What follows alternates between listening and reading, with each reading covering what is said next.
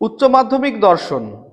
আমাদের আজকের আলোচনার বিষয় হলো বচন নির্ণয় করার সময় কোনো বাক্যে আছে বা নেই থাকলে আমরা উদ্দেশ্যবিধেয় কিভাবে চিনব। প্রশ্নটি করেছ সুদীপ কর্মকার শিলিগুড়ি থেকে। সুদীপ কর্মকার শিলিগুড়ি থেকে যে কমেন্টটি আমাকে করেছে সেটা হলো এরকম, যে বাক্যের শেষে নেই এবং আছে এই দুটো শব্দ থাকে সেই সমস্ত বাক্যের উদ্দেশ্য বিধেয় যেন ওটা খুবই একটা চ্যালেঞ্জের বিষয়। এটা চেনার একটা সহজ উপায় একটু বলে দিন তো। কারণ অনেক সময় প্রথম পদ উদ্দেশ্য হয়, আবার অনেক সময় দ্বিতীয় পদ উদ্দেশ্য হয়। তো এটা চিনতে খুব অসুবিধা হচ্ছে, যেমন লাল নীল নয়। আচ্ছা, এই কমেন্টের ভিত্তিতেই আমি আজকে তোমাদের আলোচনা করব কোনো বাক্যে আছে বা নেই যদি থাকে তাহলে তোমরা সেই বাক্যের উদ্দেশ্য এবং বিধেয় কিভাবে চিনবে। যদিও আমাদের বইয়ে কোথাও এরকম নিয়ম নেই যে আছে বা নেই থাকলে উদ্দেশ্য বিধেয় পরিবর্তন হবে বা হবে না, এরকম কোনো নিয়ম নেই, কিন্তু তবুও আমরা উদ্দেশ্য বিধেয় চিনব কিভাবে। এটা সত্যি কোনো বাক্যে আছে বা নেই থাকলে সেটা উদ্দেশ্য বিধেয় চেনা একটু কঠিন হয়ে দাঁড়ায়। যেমন আমি দুটো বাক্য দিয়ে তোমাদেরকে বুঝিয়ে দিচ্ছি, আর সেই সঙ্গে বলবো তোমরা এই ভিডিওটি যদি শেষ পর্যন্ত দেখো তাহলে অবশ্যই এ বিষয়ে তোমাদের আর কোনো সন্দেহ থাকবে না, তোমরা স্পষ্টভাবে উদ্দেশ্য এবং বিধেয় চিনতে পারবে। তো ভিডিওটি তোমরা শুরু থেকে শেষ পর্যন্ত দেখো। আমি দুটো বাক্য দিচ্ছি, বোর্ডে দেখে নাও।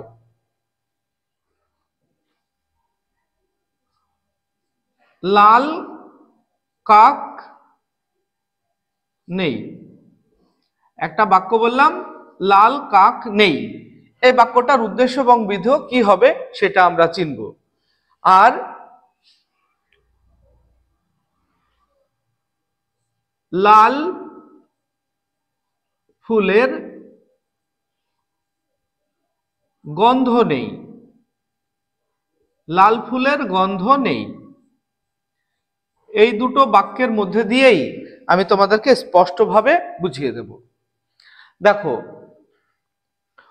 আমরা মাধ্যমিকে যে বাক্য চিনে এসেছি সেই বাক্যে কটা দুটো পদ থাকে, উদ্দেশ্য পদ আর বিধেয় পদ। আমাদের সেই পদ দুটোকে চিনতে হবে। এবার বলো, উদ্দেশ্য পদ কাকে বলে? উদ্দেশ্য পদ মানে কি? কোনো বাক্যে যার সম্পর্কে বলা হয় সেই হলো উদ্দেশ্য পদ, আর উদ্দেশ্য সম্পর্কে যেটা বলা হয় সেটা হলো বিধেয় পদ। তাহলে দেখো, লাল কাক নেই এই বাক্যে কার সম্পর্কে বলা হয়েছে? এই বাক্যে বলা হয়েছে কাক সম্পর্কে। কাক সম্পর্কে কি বলা হয়েছে? লাল। তাহলে এখানে উদ্দেশ্য কি? উদ্দেশ্য হলো কাক। যার সম্পর্কে কোনো বাক্যে বলা হবে সেই হবে উদ্দেশ্য। তাহলে লাল কাক নেই এটাকে যদি আমরা বচন করি তাহলে ই বচন হবে। ই বচনে কোনো, তাহলে কাক আমরা উদ্দেশ্য পেলাম। কোনো কাক নয় লাল। কোনো কাক নয় লাল, এই হয়ে গেল বচন।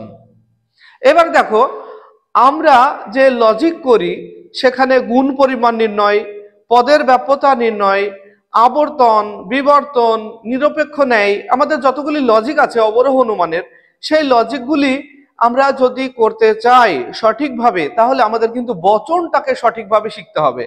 আমরা যদি বচন সঠিকভাবে না শিখি তাহলে কিন্তু আমাদের কোনো লজিক সঠিক হবে না। তাই বচনটাকে অবশ্যই তোমাদের গুরুত্ব দিতে হবে। তো দেখো, লাল কাক নেই এরকম যদি থাকে তাহলে কোনো কাক নয় লাল। তবে একটা জিনিস তোমরা খেয়াল রাখবে, আছে বা নেই যদি থাকে কোনো বাক্যে ম্যাক্সিমাম ক্ষেত্রে উদ্দেশ্য আর বিধেয় পাল্টে যায়। পাল্টে যায় মানে কি? পাল্টে যায় না, উদ্দেশ্য বিধেয় পাল্টে যায় না। আমরা এটা ভুল বুঝি, মানে বিধেয়টা সাধারণত উদ্দেশ্যটা সাধারণত বিধেয়ের দিকেই থাকে যদি নেই বা আছে থাকে, তবে সব সময় না। যেমন ধরো, লাল ফুলের গন্ধ নেই, এখানে কার সম্পর্কে বলা হয়েছে? এখানে বলা হয়েছে লাল ফুল সম্পর্কে। লাল ফুলের কি নেই? গন্ধ নেই। লাল ফুল সম্পর্কে তার গুণের কথা বলা হয়েছে, কি? গন্ধ। তাহলে এখানে উদ্দেশ্য কি? এখানে লাল ফুলটা হলো উদ্দেশ্য, লাল ফুল, আর বিধেয় হলো গন্ধ। তাহলে দেখো নেই আছে বাক্যটায়, অথচ বাক্যে কিন্তু নিয়মে বলা যাবে না যে উদ্দেশ্য বিধেয় পরিবর্তন হবে, এরকম কখনো বলা যাবে না। তবে আছে বা নেই যদি কোনো বাক্যে থাকে, তাহলে তোমাকে কিন্তু বুঝে নিতে হবে কোনটা উদ্দেশ্য এবং কোনটা বিধেয়। একটু সতর্ক থাকবে। আছে বা নেই যদি কোনো বাক্যে থাকে, অবশ্যই এরকম একটা প্রশ্ন পরীক্ষায় দেয় আছে বা নেই দিয়ে, তখনই তোমাদেরকে সতর্ক থাকতে হবে। দেখো লাল ফুলের গন্ধ নেই, এটাকে যদি আমরা বচন করি তাহলে কি হবে? ই বচন। কোন কোন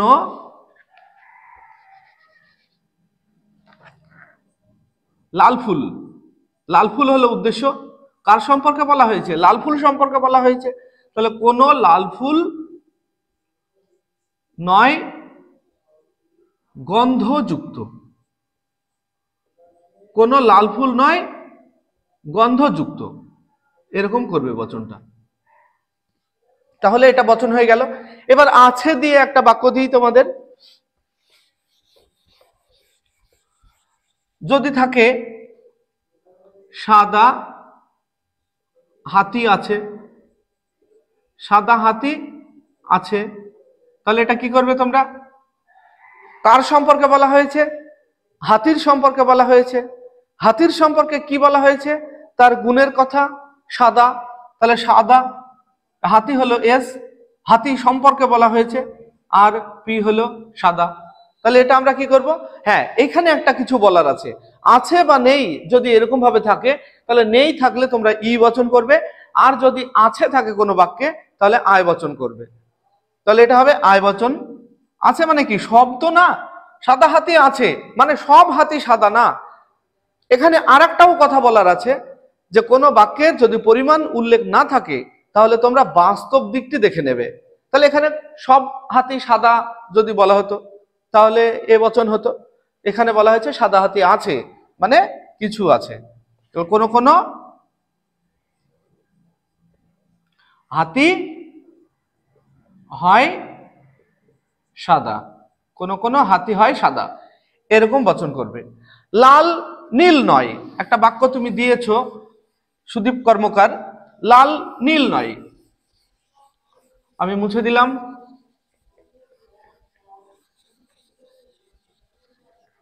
দেখো বাক্যটা যদি এরকম থাকে, লাল নীল নয়, লাল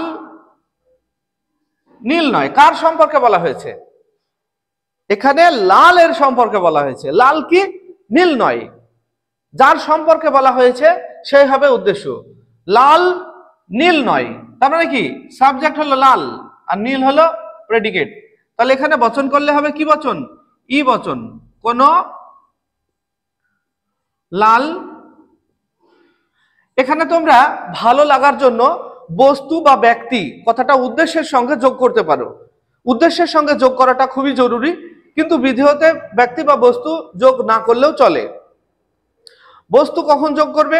কোনো বস্তুর ক্ষেত্রে বস্তু যোগ করবে, আর যদি কোনো মানুষের নাম যদি ব্যবহার করা হয় তাহলে ব্যক্তি যোগ করবে। বস্তুর ক্ষেত্রে বস্তু, ব্যক্তির ক্ষেত্রে ব্যক্তি যোগ করবে। তাহলে কোনো লাল, লাল কি ব্যক্তি হতে পারে না, এটা বস্তু। কোনো লাল বস্তু নয়, কোনো লাল বস্তু নয় নীল, কোনো লাল বস্তু নয় নীল, এরকম ভাবে বচন করবে। তাহলে কোনো বাক্যে যদি আছে বা নেই থাকে তাহলে আশা করছি তোমরা বুঝতে পেরেছো। এরপরেও যদি তোমাদের কোনো সন্দেহ থাকে তাহলে অবশ্যই আমাকে কমেন্ট করে বলবে, আমি তোমাদের সেই কমেন্টের ভিত্তিতে উত্তর দিয়ে দেব।